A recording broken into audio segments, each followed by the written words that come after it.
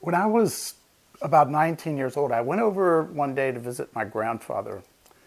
And I hadn't really had a relationship with him. I probably saw him a couple times a year.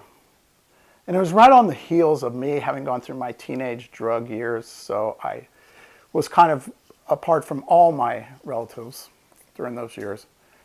I didn't really know him. Didn't really know too many of my brothers. Anyway, I go over there, and he actually took the time. He wanted to show me something. He had a piano, and he showed me teaching me something about music. So he showed me this song, Home on the Range, and he's like, see, you can play it in notes, and then you can play it in chords. He said, you know, I used to play guitar, too. As a matter of fact, I have this guitar, I need to get it fixed. He says, why don't we take it over to the music store? So he gets his guitar, and then I notice he gets this brown paper bag. I don't know what that was. So we go over to the music store.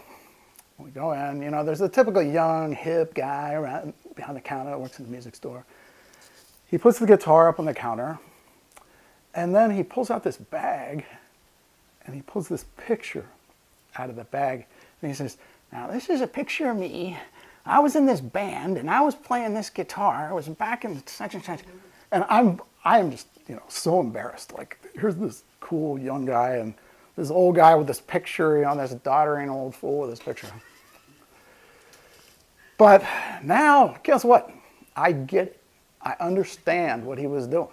Those were his glory days. I mean, he wanted to share that with somebody. And how does he have the opportunity to do that? Think about all the accomplishments that you've had, things that you've done. Wouldn't you want people to know about them?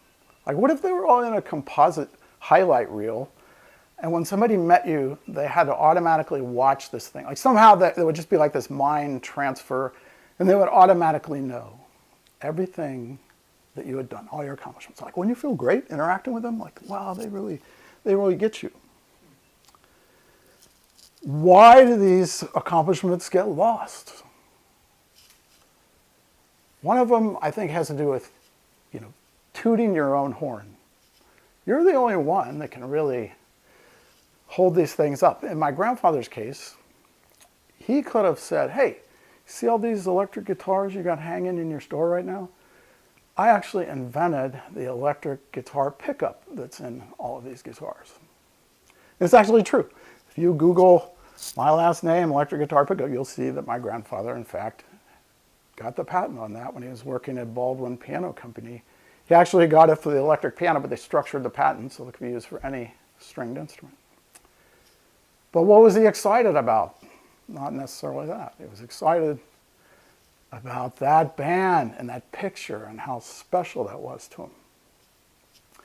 I think another reason why our accomplishments get lost is because of ageism. When you go into a job, like in 1985, I developed a software product that actually had gotten recognition from some international publications. It was being distributed all over the country. And when I would go into jobs later, I'm not going to take that thing. And that thing was written for MS-DOS operating system. I'm not going to go into some new company and pull out this manual with this 5 1/4 inch floppy disk and go, hey, look what I did.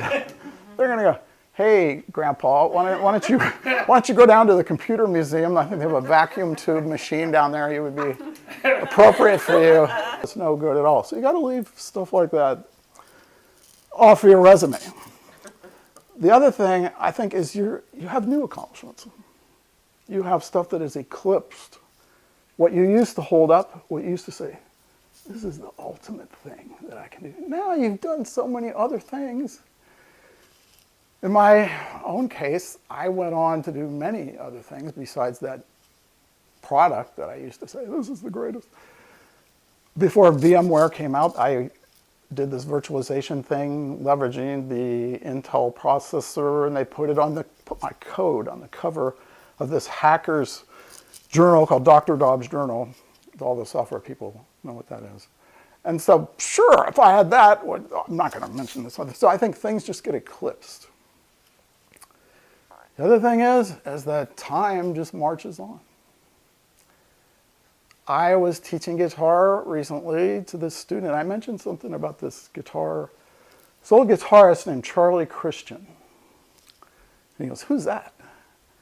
And I'm like, "Well, he was like the first electric guitar player. Like back in the day, guitar players in these big bands, they would just strum chords. Well, this guy started playing like saxophone player on the guitar. And he pioneered this whole thing. And he went on to influence people like George Benson, Wes Montgomery, maybe today somebody like Pat Metheny. I'm trying to think of a name that you would recognize. But totally lost to time. And you see the same thing in tech. You ever heard of a guy named Dan Bricklin? Ever heard of a spreadsheet called SuperCalc? He was the guy that wrote this spreadsheet called SuperCalc. Then there was another one in 1983 called Lotus 123. A guy by the name of Mitch Kapoor started that company. Is anyone going to know who that is today? You're going to know what Excel is. You're not going to know what that is. I think those people would like to be remembered. They would want you to know that they were on the earth. But as we see in the Psalms, that man is like grass. He flourishes like a flower of the field. The wind blows over it and is gone. And its place remembers it no more. So you just got to cherish it in your heart and take that picture into that store. Just go ahead. Thank you.